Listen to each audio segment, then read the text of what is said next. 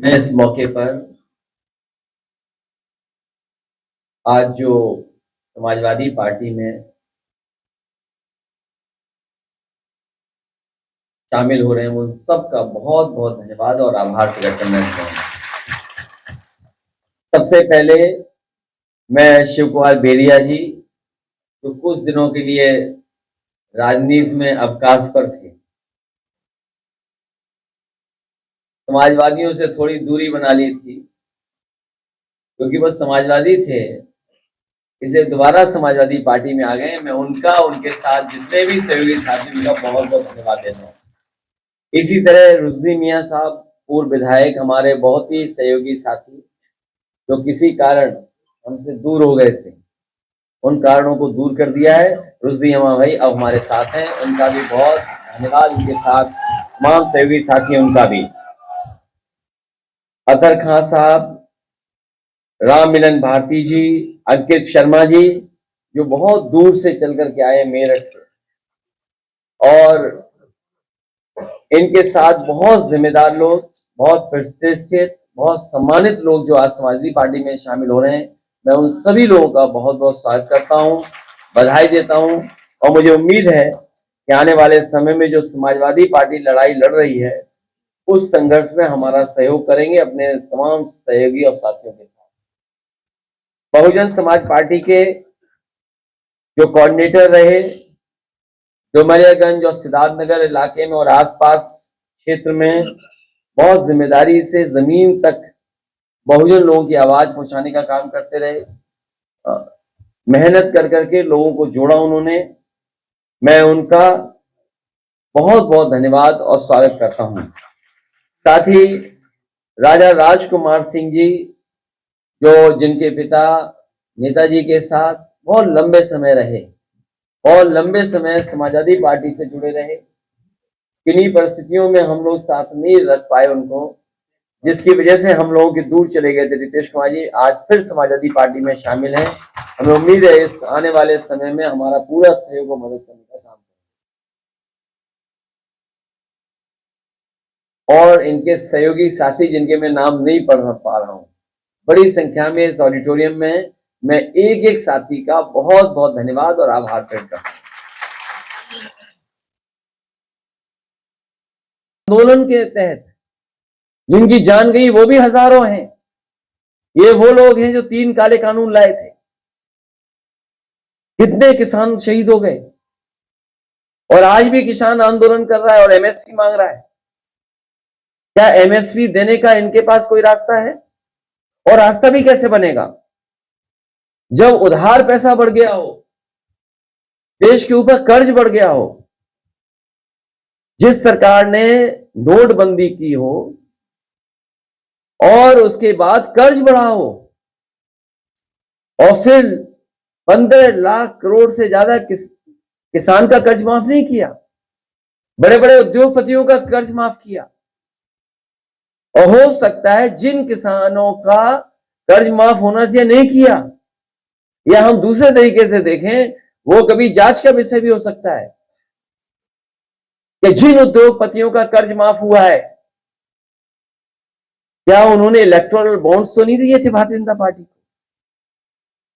यह बड़ा सोचने का सवाल है कि कहीं ऐसा तो नहीं भारतीय जनता पार्टी ने जिन उद्योगपतियों का कर्ज माफ किया हो, उनसे इलेक्टोरल बॉन्ड्स भी लिए हों और बाद में उन्हीं उद्योगपतियों को कर्ज दे दिया।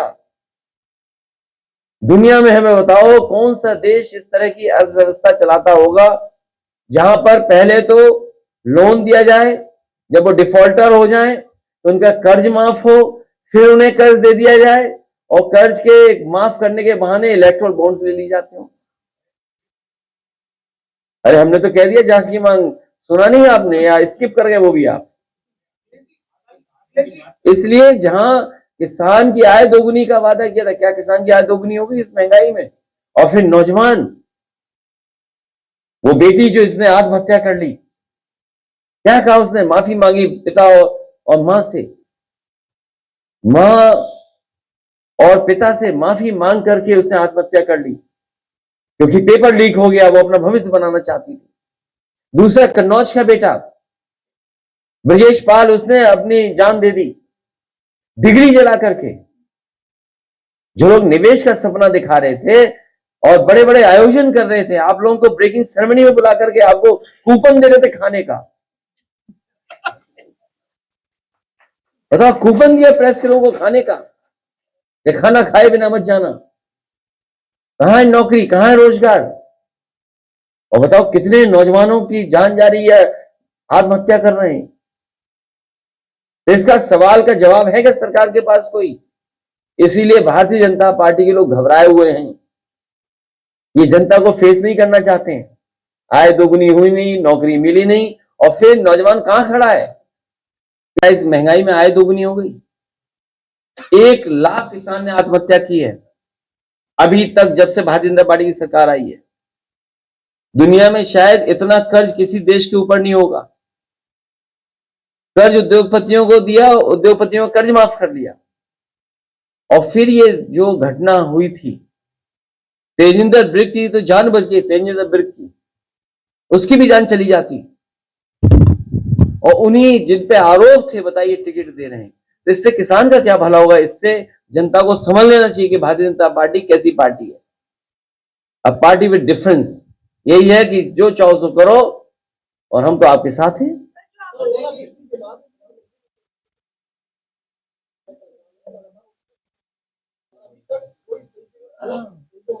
इसमें प्रधानमंत्री जी का क्षेत्र और मुख्यमंत्री क्षेत्र से क्या लेना देना है? जो पॉलिसी है, दिल्ली और लखनऊ मिलकर के मदद करते हैं। तो जो लोग ये दावा करते हैं डबल इंजन की सरकार का, तो किसानों की डबल मदद करें। अगर प्रधानमंत्री और मुख्यमंत्री है तो डबल मदद करें, दोनों मिलकर के मदद करें। भारतीय जनता पार्टी ने एक अभियान शुरू करा है, सत्ता का चुनाव अभियान है, उसमें आप क्या सुझाव देंगे? तुम क्या सीबीआई के चक्कर में पड़े हो? हैं? नहीं, हमारा कोई मुद्दा नहीं है, हम बहुत दिनों से हैं, और भगवान ऐसी कृपा करे इनके मालिक की भी सीबीआई जांच हो। अखबार है अमर उजाला, उनका फार्म हाउस है बरेली में, और कारोबार है कहीं और भी। ये सवाल का जवाब ही है। जब बात किसान की चल रही तो सीबीआई क्यों ले आए आप? हे भगवान, इनकी जरूर जांच हो। नहीं देखिए, ऐसा है, ये सीरियस मत लो, आप सीरियस मत लो, बहुत दिल पे ले ली इन्होंने बात। अरे दिल पे ले ली इन्होंने, हमारे उजाला के पत्रकार हैं, दिल पे ले ली इन्होंने, ले ली, दिल पे ले ली। अच्छा, मैं बात कर दूं ना? अरे शांति हो जाए थोड़ी देर। सर, आपने बिहार में सर 80 और 40 का नारा दिया है। देखिए, हमारे पत्रकार साथी वैसे सीरियस हो गए। सीबीआई एजेंसी है, अगर सीबीआई कोई चीज पूछेगी तो हम जवाब देंगे, उसमें क्या है? अच्छा, कोई भी एजेंसी उसका सहयोग करेंगे। नंबर 1, यहां जितने लोग बैठे हैं, और हमारे सबसे बुजुर्ग नेता ये बेरिया जी होंगे। आपके यहाँ थाने में किसकी चल रही है? बीजेपी की विधायक की चल रही है कि नहीं चल रही? देखिए आप, जब थाना कब्जा कर रखा है बीजेपी के लोगों ने, सबसे छोटी यूनिट जहां पर न्याय मिलता है लोगों को, तो ये सीबीआई तो बड़ी एजेंसी है, इस पर कब्जा क्यों नहीं करेंगे? तो ये आप बुरा मत मानो, कभी आपकी भी जांच होगी तो वो अलग बात है। और महीने का कितना ऐड मिलता है ये तो बता दो। अरे भाई, हमसे पूछ लिया सीबीआई, हम सीबीआई के लिए तैयार हैं। अच्छा, आप अपना बताओ, महीने का ऐड कितना मिलता है? अब क्यों मुस्कुरा रहे भाई? नहीं, ऐड कितना मिलता है? 1 करोड़ के 50 लाख? तो जवाब देने का अधिकार हमारा है। नहीं, यहां भी है, वो परंपरा भूल गए, हम भी भूल गए। ये हमारे वाला अखबार है, क्या करें बेचारे, मजबूरी है, नौकरी कर रहे हैं आप। सर, पटना में थे सर, आपने 80 और 40 का नारा दिया और इंडिया, लेकिन खबर मत काटना, हमारी चलाते रहना खबर। इंडिया गठबंधन की रैली में थे, तो यूपी में रैली क्या होगी जा रही है? चुनाव में रैलियां होंगी, और कोशिश करेंगे जो गठबंधन के वरिष्ठ नेता उनको जगह जगह उनके साथ रैलियों में हम लोग शामिल हों और 80-40 ही भविष्य तय करेगा। 40 बिहार, 80 यूपी। इसीलिए हम समाजवादी लोग अपना पीडीए परिवार बढ़ा रहे हैं।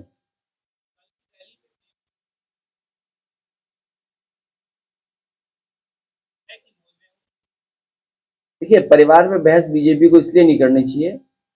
बीजेपी संकल्प ले कि किसी भी परिवार वाले को टिकट नहीं देगी और किसी भी परिवार वाले से वो वोट नहीं मांगेंगे।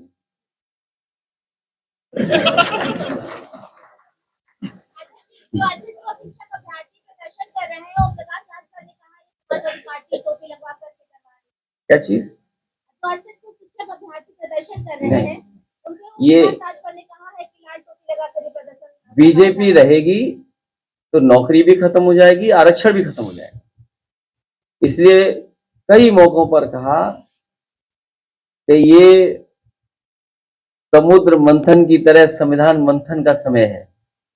एक तरफ वो लोग हैं जो संविधान के रक्षक हैं और दूसरी तरफ वो लोग हैं जो संविधान के भक्षक हैं।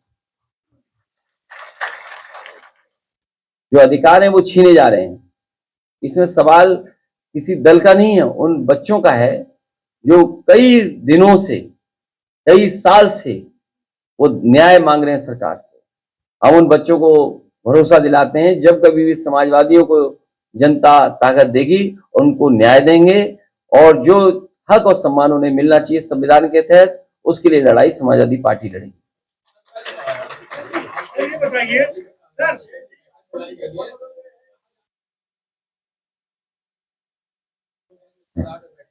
नहीं, वो आपको स्टेट ऑफिसर क्या पता करना चाहिए गाड़ियां कितनी तैयार हो गई हैं, तो उससे आपको पता लग जाएगा मंत्री कितने बनने जा रहे हैं। सर राजभर जी ने बोला है कि जो लड़के धरना दे रहे हैं दलित तो पिछड़े वो लाभ खाने लायक है। क्या राजभर जी ने बोला है कि दलित तो पिछड़े लड़के जो आंदोलन कर रहे हैं वो लाभ खाने लायक। वो खुद जाके वहां क्या खा रहे हैं? ये ठीक कह रहे हैं आप, वो क्या खा रहे हैं? अब तो पता ही लग गया होगा लोगों को क्या खा रहे हैं।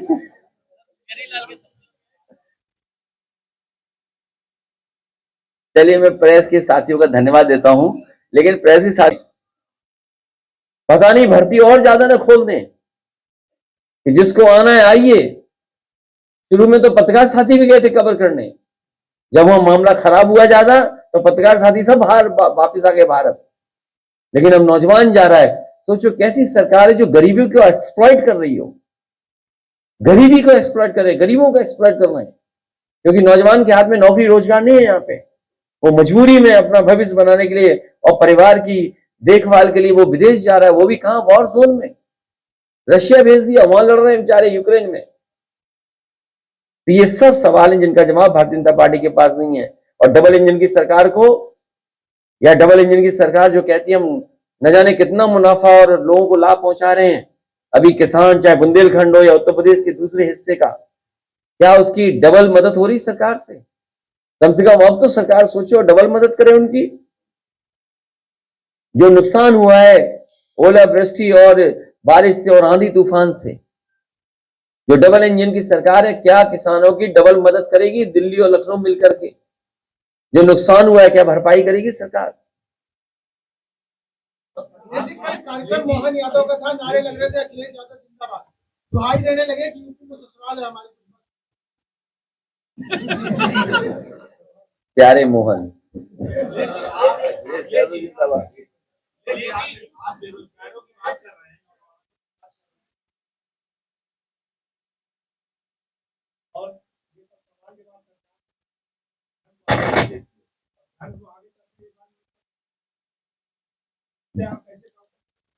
जो इन सवालों का जवाब आज नहीं दे रहा है उससे बड़ा कोई अधर्मी नहीं हो सकता।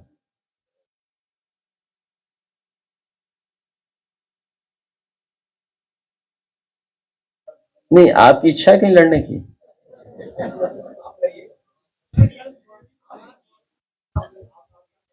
बहुत जल्दी तय हो जाएगा सब।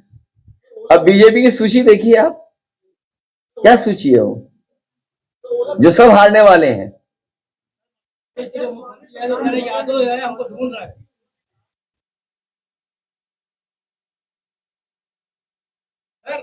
अरे वीडियो वायरल है बाराबंकी के सांसद का।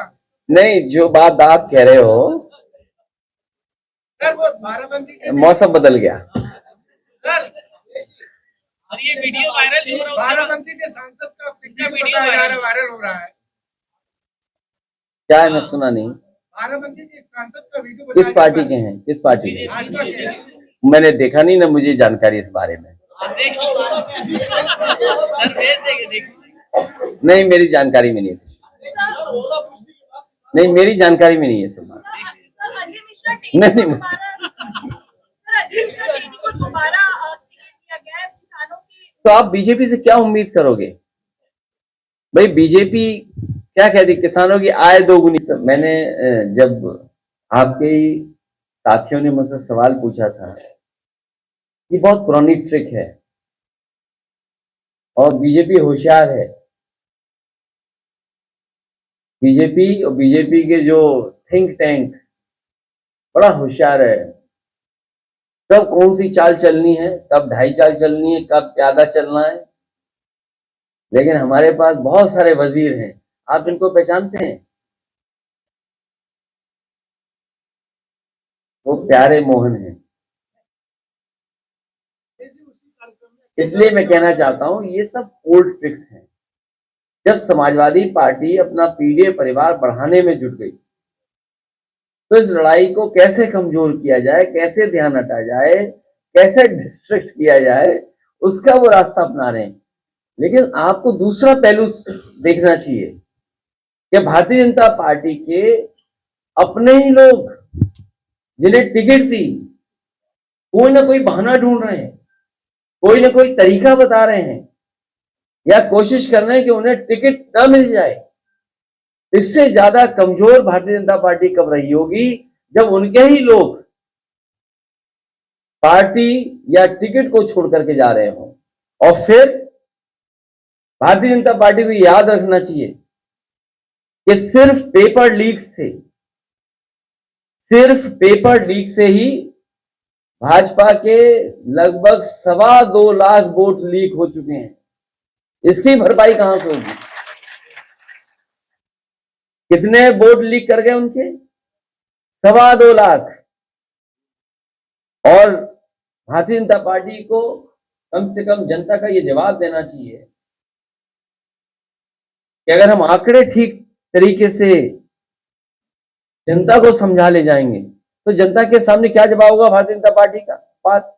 कि 1 लाख किसान आत्महत्या कर चुका है जब से भारतीय जनता पार्टी सरकार में आई है। 1 लाख किसान